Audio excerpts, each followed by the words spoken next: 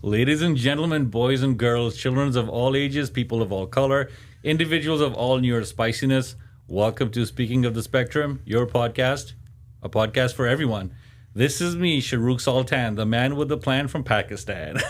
I am a project manager by day, Autism Society Greater Hudson Region vice president on some days, autism parent by night and day, obviously, but at night, sometimes many hours of the night because my kid doesn't sleep much. And this is why I'm wired right now on coffee. And joining me as always is another autism dad. The human energizer bunny, child prodigy, adult duck cosplayer, multiple book author, ultra marathon runner, black belt, Hawaiian shirt collector, and aside from that, a pretty average Joe Templin. What's up, buddy? Shahrukh, I love that new intro, right? Brother. You can thank coffee for that. Coffee creates excellence. Coffee creates everyday excellence if you have it every day. Thank you also to our sponsors, old and new. Pulse MD, guys, as always, thank you for backing us up. You've elevated us to a new level. And same goes for Pan Dermatology, our buddy Teddy over there. Thank you, sir, very much. You're always supporting society, and this time you're supporting the podcast. So thank you. Guys, if you all need, like Joe keeps saying, if you get bust up, go check out Pulse MD. If your skin needs a sunburn tweak or something, go check out Pan Dermatology. So we're into our third episode, second season. I'm so excited to keep this ball rolling, Joe.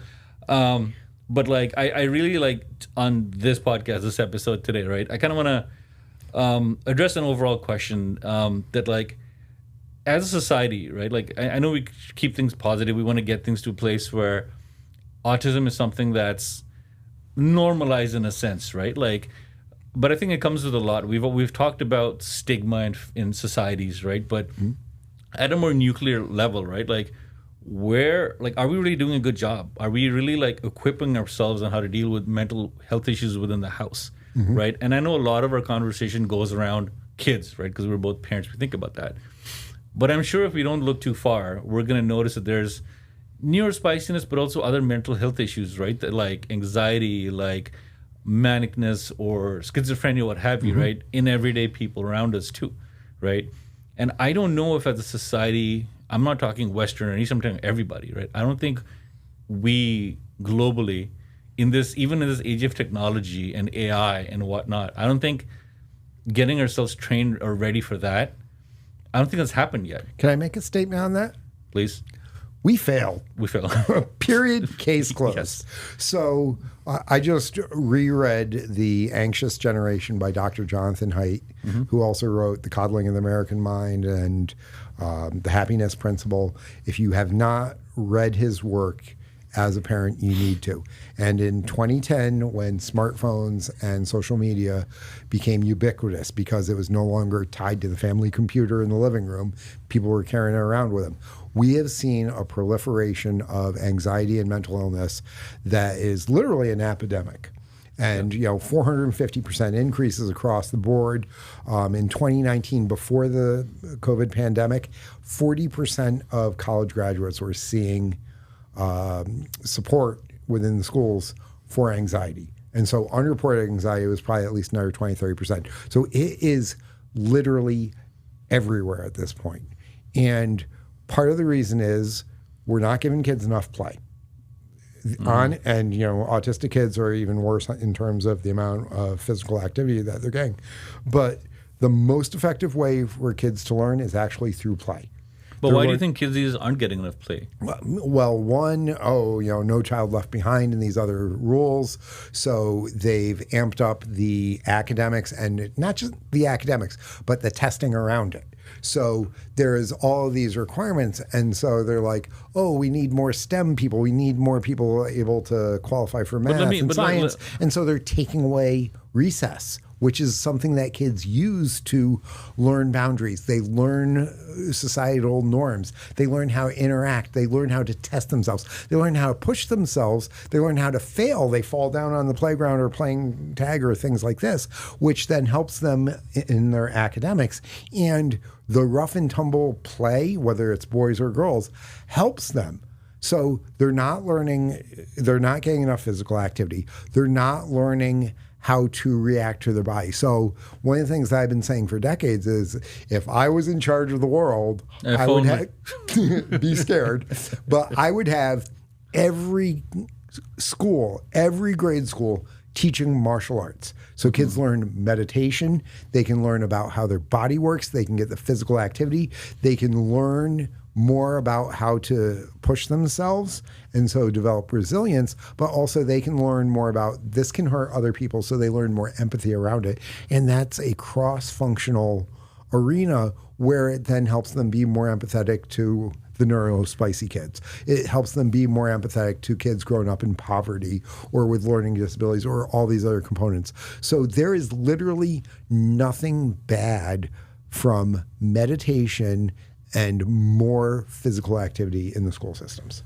So I have 2 points to that, right? Mm-hmm. The first one is, like, you mentioned that, No Child Left Behind, we've amped up the academics and stuff, right? So coming from, the Middle East and stuff, and growing up and going to school in Pakistan, right? And private schools there are pretty common. Like, I know over here, private schools, like, oh, you must be rich, like send you to private. Over there, it's not so uncommon, right? Mm-hmm. Many of us have been to private school there, like myself. But over there, academics is very amped up from the get-go, right? Especially I think part of that has to do with the British influence, where you can either go through the local government bodies like curriculum, which seems to be a little bit more, it's almost like the academic version of like working for the state or something. It's kind of bare bones, it's not too bad. But I mean, the great kids come out of it, don't get me wrong, I'm not trying to underplay that. But it's not going to produce exceptionality as it does. The rule. Right. But then going through the school system that like me and many others did, which was the British one, which is you go through your O-levels and A-level stuff, right? Mm-hmm.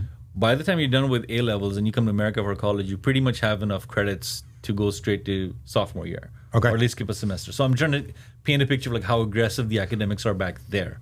Nope. Right? So my point is that like you mentioned that like kids aren't getting enough play here. Mm-hmm. But over there, it's almost like if you're going through that school system, you already have such a rigorous academic schedule, and play somewhere weaved in there. It's not like as part. Well, you got to remember, I started college at 13. Well, because my parents said 12 was too young. So my parents encouraged Taekwondo. They encouraged me to do cross country, even though I was a horrible runner then, and I'm a horrible runner now. But it was, you go out and you get this physical activity. You come home, you have your snack, you go outside for 30 minutes to blow off the steam. I think that's it, right? It's that going outside part that's been taken away. Like, we've heard this to the point of ad nauseum. Like, every parent, or back in my time, we didn't have iPads and stuff, right? Like, my kids too, right? Even my new normal one, right? Like, he loves the iPad, and we have to put limits on these things, right? That's likely the main difference from how things were back in the day. But I'm seeing even now back home, kids are more aggressive academically and not getting enough like sunshine. But I don't know. There's obviously other factors. But the one thing that you did touch upon, and what I raised when I opened sort of the statement today, was the training part, right? Like, are we trained enough? And you mentioned about adding martial arts and stuff, and other like, not just like your soccer and your hockey and your lacrosse, but like something a little different than that can actually teach you more about the focus of the body and empathy and things, right? But why not have mental health education as we as need high it. school, right? We like, absolutely need it. At a high school not level, high school. Right? Not high school. This should, because when are kids really starting to have social anxiety and all these other issues? It's when they're going through puberty. So that's 12 to 13 years old. It's when they're first really going through that first set of transitions, which is 4 or 5 years old. So, I've seen yoga instructors come on in and work with Cub Scouts and, preschoolers and kindergartners. And yeah, it's difficult to get them to sit still and do yoga or pirate yoga or whatever for a little bit, but it helps them learn to regulate themselves, which is pirate yoga. You just said pirate yoga. Yeah, Miss Chili came on in and we did pirate yoga. So like we were all wearing like pirate Well, scarves. instead of Om, you're going R. Yeah, we were saying R. So instead of Om, it's R. Oh, yeah. And just these other little things to make it more interesting. And a 5-year-old, if you tell them, okay, you're going to sit here for 20 minutes and just breathe, they're not going to be into it. But like, hey, we're going to play pirates today. Gotcha. Okay, I should try that with my kid. Yeah. Everyone loves pirates. So it's these different things where learning to breathe, learning to listen to your body, learning to, stretching is a good way to push yourself in different ways. And so these are just different ways for them to understand what's going on with themselves. And these are also techniques that we teach children so that, hey, you're getting amped up, you're starting to get that flush, you're starting to get a little angry, you can feel your heart racing. This is how you can take control of yourself overall so you can take control of the situation. And it can also be argued, right, that like someone at the elementary school level is too young to learn empathy or stuff. But then we've seen it in our neuronormal kids, right? Having those neurospicy siblings, they gain that empathy. We talked about this last season. They grow up to be more responsible, they mature slightly earlier in some emotional aspects, right? Early on. So it's definitely it's learnable. Whether or not it's teachable is where we're currently not doing or failing, like you said. Well, it's exposure therapy in a lot of ways. So if a kindergartner has a kid in a wheelchair in their class, they'll be curious for the first half a day. Yeah. But after that, it's just, that's just Beth. Yeah.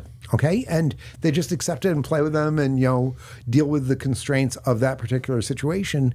And little kids can adapt much better than people who have 30 or 40 years worth of different mindsets that they've gotten into that groove or that neuro position. So exposing them earlier to individuals who are across the spectrum or who have other needs actually helps lay the groundwork for a much more empathetic group long term. And that ties into like racism a bit too, right? Because kids don't see color. Right? If I've asked my son, who's my normal son who's going to school, like, tell me who your friends are, right? Describe them to me. He's never once mentioned color or hair color or skin color or anything. He's just like, oh, this is my friend, Mike or Andrew or whatever, right? And he doesn't ever tell me a more physical description because they're seeing everything. For them, it's all this one big pool of friends, right? Yep. And however he grew up in a different society, he's more closed in. The moment a person of different color walks, he's like, oh, what's that like? But at an early age, you start mixing that in there. Yeah, I mean, literally a Muppet could walk in that's, bright green, and they'd be like, within 5 seconds, oh, it's just another friend. It's Grover. Yeah, or, it's Kermit, because Grover's blue. Yeah, but, Grover's the blue one. Will Rivas, who runs Cocoa House out in Schenectady, said a couple of years ago when I was talking to him that all little kids want is a snack, a game, and a friend. Yeah. And so if we That's can... all I want right now. I got two friends here. I just need a snack. And this is a game. But if we could make the games be inclusive in a way that all their friends can participate and broaden the friend spectrum, then the kids will be able to develop into better big people long range. So speaking of broadening the spectrum, right? This kind of leads me into the fact of the day, right? So we were, fact of the day really ties into the word of the day, right? So as we mentioned before in our past 2 episodes, that what Joe and I are going to try doing is learn the meanings behind different words of the different meanings of the word autism in different languages or different communities, right? So I was researching a bit, and one of these communities within America really highlighted itself. So in Minnesota, there's a large number of Somali immigrants, right? And anytime you have like this congregation of these minorities, they get the right resources to get and really like stand out, right? And in Minnesota, the Somali sort of community is one of the things they're trying to do is change the stigma that we've talked about around mental health issues or autism specifically, right? So what they've done is actually they've done what we were kind of talking about here. They've taken the Somali meaning in the word autism and changing its definition, which I think is amazing, right? So Are you going to say it in Somali? I'm gonna gonna try. try too? Yeah, I'm gonna try. That's why I have my screen right here. But they've a few different old negative terms, and they've come up with a couple of new terms, right? So the old negative terms were, and if there's anyone Somali watching this, I'm going to apologize in advance, okay? But my name gets butchered a lot, so I hear you, okay? I pre-butchered my name for you. Just watch last season, you'll see. So the old negative terms were Kaf Kala Diman, which means incompetent person, right? There's Mangab, which means slow-minded. There's Kaf Jiran, which is sick person. And there's Kaf Walan, which is crazy person, right? I'm not a fan of any of those. That's the whole point, right? Like, and you know, and I can tell you there's many words like in casual Urdu even, you've said that, like we've said that in our back home too. So I get where this is originating from, right? But what they did is they flipped the meaning and they've come up with two new words. Mangar, which means unique mind. Ooh. Unique mind, I like that. Which goes into the whole spectrum thing, right? We're all like snowflakes. And the other is Manguni, separate mind. That's a good one too. It's a good one too, right? I like those. And these terms are helping, you know, Somali speakers frame autism in a way that highlights a person's assets rather than their deficits. And this is something we talked about last time too when we were talking to Rodney Morgan and a few other folks as guests, which was, you know, the person's autism is really, like it said, like it's an asset. It's not like because of your autism. It's like this. It's not despite your autism. It's because of your autism. You did something amazing, right? And that's where it is. Like you highlight it as an asset. And I really like that approach with it. So, kudos to the Somali community of Minnesota. I hope the rest of us can pick on too. Yeah. And by the way, go Vikings! Skol. So going along with our categories in our episode, right? We talked about a fact. Did you bring a hero of the day to share? I actually did. And this is actually going to be one of our future guests. So, you know, putting a little bit of the teaser out there. It is Angelo Santabarbara. Okay. Yeah. Okay. And Angelo is a state assemblyman for the state of New York, represents Schenectady. Angelo has been a huge supporter of the Autism Society for multiple years. He has helped procure funding for us. And his son, Michael, is barely verbal on the spectrum. And because of that is the reason why Angelo has gotten so involved. And I'm really looking forward to him coming on and speaking with us because of his background, both in the military and as an engineer. So he's got these couple of interesting backgrounds combined with his political career that can give us some new insight. And he's done a ton of work helping a lot of people directly, whether it's legislation, whether it's grants. So, you know, Angelo, thank you. Looking forward to sitting down and talking to you some more soon. Yeah, Angelo's great. He's come to our events many times. And again, we'll talk to him when he's here in this chair. But last time I saw him, he'd put together a sensory-friendly aquarium outing for kids at the Via Aquarium in Rotterdam. I took my son there, who unfortunately didn't stay for more than like 30 seconds. But it was nice that he set it up, you know, and shut things down, shut the music down. It was open. It was free for everybody. Nice. Which is really awesome. I mean, as an autism parent, I mean, I would pay to go to somewhere that's sensory friendly, but he did it for free. So thank you, Angelo. And we, you know, looking forward to have you here. Last time I saw him, I was dressed like a duck. Well, that's, you know, that's like an average Wednesday normal for you. Like that's just. So I'm gonna go into like a bit of I want to share like for our Adam project, right, which is Autism Dads and Moms segment. Aside from should we do the shout out to Ryan Reynolds? We have to do it. Ryan Reynolds, man. Listen, I know you're riding high in Deadpool Wolverine right now, right? And I know you have a movie called Adam Project, and the only reason I know that is because it was a time travel movie and it's related to you. But we're gonna keep trying to steal that movie's name. Adam Project is ours. You want us to stop using it? Send us a cease and desist letter. Or show up dressed like Deadpool with Hugh Jackman dressed as Wolverine and tell us to stop. You heard Joe. So until Ryan Reynolds comes in as a stop, we're going to keep moving forward with Adam Project the way we want, which is Autism Dads and Moms. A little while ago, you know, like I'm very open and verbal about, you know, being an autism parent among my social circles and my friends. And they're always, God bless them, they're always trying to give me ways to like, stay positive and motivated and upbeat. And I credit them a lot for, sharing with me things that I end up showing here on the podcast.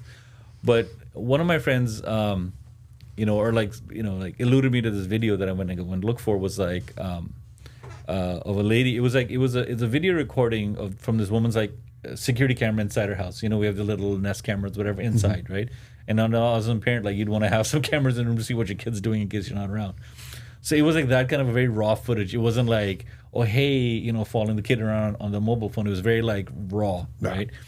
And the video was titled like, "This is the first time this mom's non-verbal or non-speaking kid on the spectrum spoke for the first time," and this captured her reaction, right? So a couple of things with that. One, I'm very, very happy for that woman. I'm very happy for that kid, right? Like for me, for any parent there knows whose kid's still non-speaking or non-verbal, that it was so hard to get over that like accepting that your kid can't speak and you don't want to know when they'll speak. You find out when they're 2 or 3 that they have autism. Then you wait maybe 3 or 5. Then you wait till they're 6 or 7, and you start. I don't want to say losing hope, but the reality sets in, right? And now he's gonna, like getting on the brisk of teenagers. It's like you pretty much like that's not an expectation you have anymore. Yeah, you're right? resigned. So you resigned, right? You go through those stages of grief that we talked about last season, right? So even with going through all of that journey and controlling that, now like I can accept and just focus on the positives, right? Still seeing that video was like I almost got mad for a minute, not at the lady, but like at my friend, like, dude, why did you send this to me, right? Because this is my suffering to do. Like that's my initial reaction was that, right? Like I was like I couldn't watch the whole video because that's something I've been waiting for. Maybe stop waiting for now, but like I really longed for a long time. That reaction was that I pictured us and my wife and I in that scenario, right? It's like you pray for a miracle, right? And now this woman has that miracle. I'm not jealous. Maybe the word is envy. Maybe that's a better spin on the word, right? But it's like really like it kind of like stung in a way, like wow, like I'm so happy for her, but like I don't know if I'll ever have that. Yeah, right? it's and bitter. Like, it's bittersweet. It's bittersweet, right? And it's like he couldn't understand, or my friend couldn't understand, like why I was like couldn't watch the video, and I wasn't gonna try to explain anymore. I was just respectfully like, thanks, man, but let's not. Yeah. And I don't know if there are any other autism parents out there who might agree with me or feel the same way, right? Because like I try to keep things positive, but I just couldn't help it, man. Like it was like this is tough to watch. Yeah. Like I don't know. It's like almost like saying, like you've lost somebody so long ago and suddenly you saw them again. What's your reaction? Like you've already given up on this ever happening, and like I don't know. It was so hard for me. Like I never knew that about my reaction would be like that, right? Right. Anything in your book of wisdom that lines up with that kind of an emotional reaction? My kids actually never shut up, so they're on the other extreme. We called my oldest the mayor. My youngest actually was nonverbal for a while, and then when he started, he literally did not stop. So there was that, the floodgates literally opened. But I can see both sides of it. You're incredibly happy for this woman that her child has done this, but also that why not me? Why don't we get this? Why does my child not get the miracle? But it's so subconscious now, right? Like I've told myself not to. Like I don't feel that way anymore, but I still couldn't help it's buried, as Freud said. Buried emotions come back, stronger, and so that's very true. You've buried it, not addressed it, and this is where I put on my psychological hat a little bit. You want to lay on my couch here? But so, you always have that dream, that desire, that hope. Yeah. And so I don't want you to ever lose that. But, it's also the same time that it needs to be, as the Stoics say, it's a preferred indifference. Mm-hmm. If it happens, it is the most wonderful thing in the world. If it doesn't happen, it's not going to break you. Yeah. And so being able to get in that space, and it's so difficult.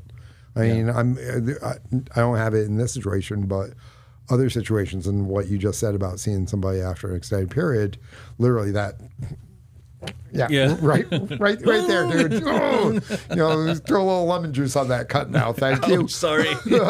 But so we're all wounded warriors here, Joe. Yeah.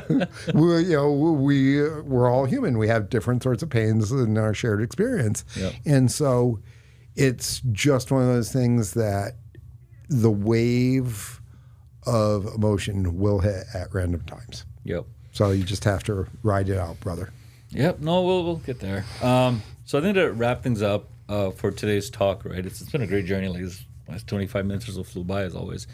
But I think like for my takeaway from what we talked about, I feel like the theme that I'm taking away for this, right, is that we need to step up as a society, as a community, right? Like before you judge somebody, right, just give it one other step in the middle and say, hey, are they going through a mental health issue? Is there something else at stake, right? Whether this person's your brother or your friend or, an aunt or uncle or something, right? Just look at it through that lens and see if you can approach this a little bit differently, right? The situation, right? And then take the next steps from there, right? Like, I'll give you a very small example and then I'll wrap things up. But like many months ago, a friend and I were out for lunch.